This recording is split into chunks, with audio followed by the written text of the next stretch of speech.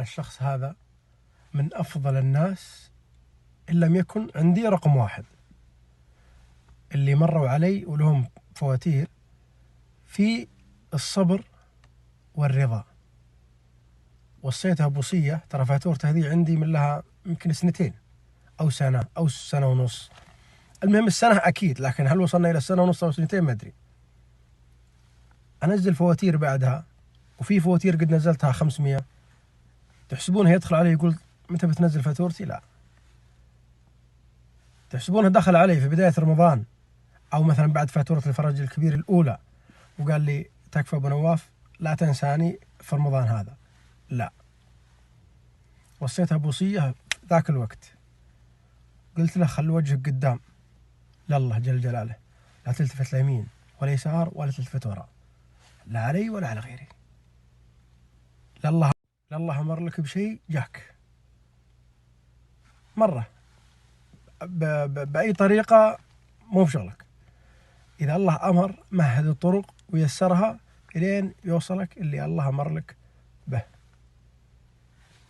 لا تشيل هم، بس خل وجهك قدام سيده. قال طيب، وبعدها والله ما عاد كلمني.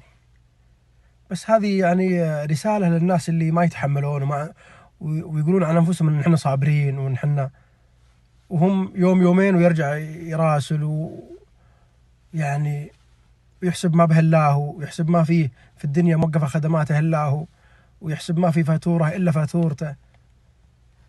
وله بشرط أنه عن طريقي، يمكن عن طريق غيري، يمكن الله ما بعد أمر لك بالفرج، باقي قدامك سنين ما تدري. العلم عند الله. تؤمن بهذا؟ الآمر الناهي هو الله جل جلاله. تؤمن بهذا؟ تؤمن إيمان حقيقي إيمان حقيقي من قلبك. إذا ما تؤمن به إيمان حقيقي، ترى الأيام بتخليك تؤمن به إيمان حقيقي. وترى الله لسه بيدرسك وبيعلمك، إن الله أراد بك خير، بيدرسك وبيعلمك وبتنضغط بس عشان توصل إلى الإيمان الحقيقي. وبتدري وقتها أن إيمانك السابق كان إيمان نظري، إيمان سوالف. إيمان حقيقي ما يجيك إلا بعد الضغط. فالصبر والرضا من الداخل، واعلم أن ما أصابك لم يكن ليخطئك، وما أخطأك لم يكن ليصيبك. الشيء اللي أصابك صايبك لأن الله أمر به، ما هو بمخطيك. واللي أخطأك ما هو بصايبك لو أنك جيت في وجهه. وأن الأمة لو اجتمعت على أن يضروك بشيء أو ينفعوك بشيء، والله ما ينفعونك ولا يضرونك إلا بشيء قد كتبه الله لك أو عليك. المهم أن الإنسان هذا من الناس اللي مروا علي، أصحاب الفواتير. هذا الشخص عندي رقم واحد، وفيه أمثاله، بس يعني فيه الأول مكرر، فيه 2، فيه 3 مراتب الناس. الشخص هذا رقم واحد عندي، مطبق الوصية. من كثر تطبيقها الوصية ما أدرى أن هذه فاتورته، خلاص شلها من رأسه. بل أزيدكم من الشعر بيت، الفواتير الماضية يسدد معنا، وحتى فواتير الكهرب يحط فيها فايض، وشغال على هذا الأمر. وإذا ما قدر يسدد لضيق الحال أو كنا في نهاية الشهر، يفرش سجادته ويدعي الله جل جلاله إن الله يرزقه عشان يشارك. لاحظوا، ما يدعي الله أنه يفرج عليه، لا، يدعي الله أنه يرزقه عشان يشارك ويساهم، ويرزقها الله ويساهم. الكلام يطول عن هذا الشخص، لكن بقول كلمة بس في النهاية. إذا الله أراد بك خير، إذا الله أراد بك خير، كررها المرة الثالثة، إذا الله أراد بك خير أضغطك ثم قفل عليك أبواب الخلق كلهم، المقتدرين وغير المقتدرين، أعلى الناس وأدنى الناس، القريب والبعيد، قفل عليك أبوابهم كلهم، تنصدم منهم، ما أحد يساعدك. حتى السنافي الرجال الكريم يقفل الله بابه من دونك. ليه؟ عشان ما يبقى إلا باب الله جل جلاله، ويعظم التوحيد في قلبك، وتتجه لله من خالص قلبك ومن أعماق أعماقك، وتوصل إلى التوحيد، إلى قمة التوحيد، قمة اليأس من الناس، وقمة الرجاء في الله جل جلاله. عاد متى توصل هذه المرحلة؟ أنت توفيق الله لك. في ناس وصلوا لها في أشهر، وفي ناس وصلوا لها في سنة، وفي ناس 20 سنة ما بعد وصلوا لها، ولهذا الحين في سخط وفي حسي وفي سبحان الله. وفي ناس وصلوا لها بدري. كل بتوفيق الله لك، الله اللي يوفقك، والله اللي أراد بك خير، والله اللي بيردك له. ترى الله قادر يفرج لك، ومع السلامة. وبعدها اعمل ما شئت، إن خيرا فخير وإن شرا فشر، لكن إن الله أراد بك خير ضغطك عشان تقرب منه وتقطع الرجاء في الناس وتصل معه إلى قمة الرجاء، وما عاد يبقى في قلبك من الخلق أحد، لا يبقى إلا الخالق.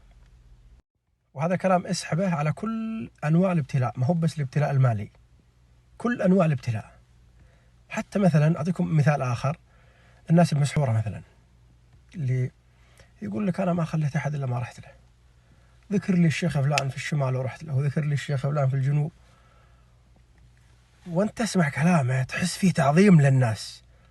يقول لك الشيخ فلان لا قبله ولا بعده، والشيخ فلان اللي في الجنوب راحوا ناس واجد والله من قرايه واحده انها ما شاء الله تبارك الله، والشيخ فتحس قاعد يعظم الناس وقاعد يروح بعيد يمين ويسار. ما يعني تجلس معه جلسه مده ساعه ما تجد الله على لسانه، ولا قلت له الله قال لا ونعم بالله ما احتاج، ونعم اكيد طبعا الله كل شيء بالله. لا يا شيخ، صار لك ساعه تمجد في الناس وتذكر اسماء وانهم اقوياء، ويعني قراءتهم قويه وتجيب امثله، ولا سمعناك تقول الله. يعني لا، توك في بدايه الطريق. كم لك في البلاء؟ قال والله لي 15 سنه. طيب باقي البلاء؟ مو قال والله باقي. إيه لأنك ما بعد استوعبت الدرس، والله رايد بك خير بس ما بعد فهمت، ما بعد وصلت إلى أن تصل إلى مرحلة ما عاد تذكر أحد، ولا عاد يعجبك أحد، لا في الشمال ولا في الجنوب ولا فلان القوي ولا فلان.